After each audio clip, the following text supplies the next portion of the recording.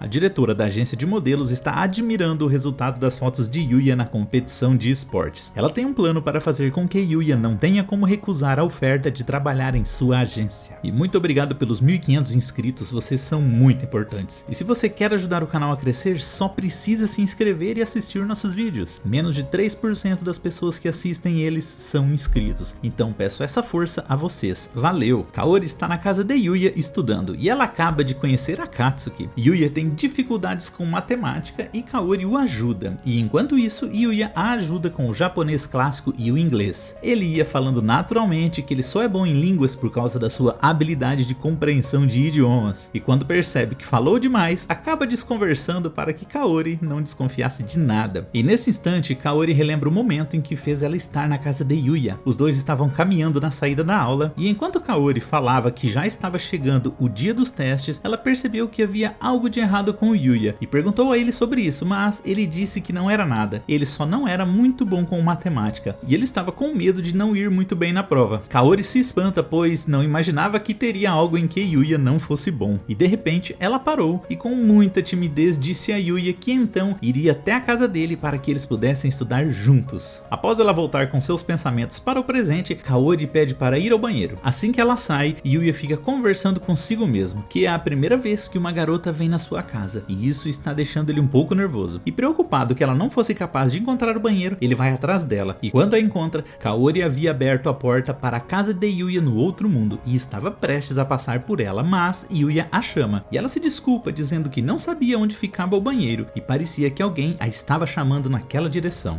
Yuya simplesmente diz a Kaori que, por incrível que pareça, essa porta se conecta a um outro mundo. Kaori não expressa reação alguma quando ouve isso, e Yuya pede para que ela coloque a mão na passagem da porta, então ela o faz e percebe que sua mão foi parada por uma espécie de barreira invisível. Yuya explica que essa porta só deixa passar as pessoas que ele libera, e nesse ponto ela começa a questionar o que seria esse outro mundo. Ele só explica que é um mundo que não é a Terra, acrescenta que também existe magia nesse mundo e ele havia aprendido como usá-la. Então ele faz uma demonstração invocando uma pequena esfera d'água na sua mão, e dessa vez Kaori até apresenta um leve spam, e Yuya continua explicando que além disso ele ganhou muitas habilidades impossíveis na Terra, e graças a elas ele conseguiu lidar com os delinquentes quando invadiram a escola, como também conseguiu a salvar na loja de departamentos quando pegou fogo. Ela faz uma carinha de quem ainda não tá acreditando nisso, mas Yuya a convida para ir junto com ele, e ela de imediato aceita. E logo no primeiro momento ela acha tudo aquilo incrível, e Yuya diz que conheceu Night e a Katsuki nesse mundo, e explica que Night é um Fenrir negro da família dos lobos, e a Katsu é um Moju. Aparentemente esse é o nome da sua espécie. Até Kaori percebeu que a Katsuki ficou um pouco zangado quando Yuya disse que a sua espécie provavelmente está relacionada a porcos. E sem querer, Kaori acaba abrindo sua janela de status, e isso a deixa um pouco assustada, e Yuya explica que nesse mundo tem um conceito chamado status, onde as habilidades de cada um são expressas com valores numéricos. E Yuya dá até uma engasgada quando vê que os status de Kaori são bem superiores aos dele quando ele chegou a esse mundo pela primeira vez. E ele explica que ele começou a subir de nível nesse mundo e por alguma razão ele perdeu peso e ganhou músculos, e por isso sua aparência mudou. Ele fica bem chateado, falando que o que ele está fazendo é uma trapaça, e todas as pessoas à sua volta não gostariam dele se soubessem que tipo de pessoa ele era. Mas Kaori interrompe esse momento depressivo dele e diz que quer conhecer mais esse mundo, e Yuya dá uma desculpa dizendo que até gostaria de mostrar o lugar, mas existem monstros na floresta. Dentro das cercas ao redor da casa é seguro, pois ela está protegida por uma barreira, mas fora é realmente perigoso, e ele tenta sair dessa dizendo que em alguma outra hora ele a leva. Então ela o faz prometer, e os dois firmam uma promessa com os dedos mindinhas, e Yuya pede a Kaori para que não conte para ninguém sobre esse mundo, e ela fica muito feliz que os dois agora estão compartilhando um incrível segredo, e pergunta meio sem jeito a ele que isso deve significar que o relacionamento deles é especial, e ela fica pensando que hoje ela se aproximou um pouquinho mais de Yuya. Kaori fofíssima nível 100. E Lexia retorna ao Palácio Real, deixando seu pai muito feliz. O rei pergunta a Owen por que o garoto das regiões sombrias não veio com eles, e antes que Owen conseguisse inventar uma desculpa, Luna se apresenta e diz que foi por causa dela, pois ela havia tentado assassinar a princesa e Yuya a impediu, e devido a isso tudo foi atrasado, então ele não pôde mais vir. E o rei pergunta como ela ainda está viva após fracassar em uma missão de assassinato, pois falhar em uma missão assim é o mesmo que morrer. O rei pega sua espada e diz que fará o trabalho de quem quem a contratou e irá matá-la. Nesse instante, ele parte com tudo para cima de Luna, mas ele é parado e se espanta por Luna ter percebido a característica especial de sua espada. E ela diz que essa espada pode facilmente cortar qualquer coisa que tente detê-la, e foi por isso que ela não tentou bloquear a espada, mas sim segurou os braços do rei com sua habilidade de fios. Nesse instante, Lexia grita com seu pai, dizendo que o que ele pensa que está fazendo com a sua Luna. Se ele continuar agindo assim, ela vai o odiar, pois foi ela mesma quem impediu Luna de morrer e também foi ela quem a contratou para sua guarda pessoal. E o rei não vê alternativas a não ser ceder aos caprichos da sua filha mimada. E o rei reconhece Luna como um dos guardas de Lexia e pede por favor para que ela proteja sua filha. E enquanto o rei conversava com Owen, explicou que ouvir a palavra ódio da sua filha o deixou sem reação. Também diz que Luna parecia ser muito habilidosa, e Owen explica que ela fazia parte da Guilda das Trevas e seu nome era Caça-Cabeças. E o rei pergunta como esse incidente se relaciona com o garoto que vive nas regiões mais escuras. Owen acaba falando demais quando diz que após derrotar Luna, ele levou ela e Lexia para sua casa nas regiões mais escuras. E o rei começa a surtar imaginando sua filhinha dormindo na casa de um homem, e numa cena bem perturbadora, o rei lambe a sua espada dizendo que vai alimentá-la. Owen até tenta argumentar com o rei maluco, dizendo que não havia nada demais, mas ele não quer nem saber e continua sua histeria quebrando tudo.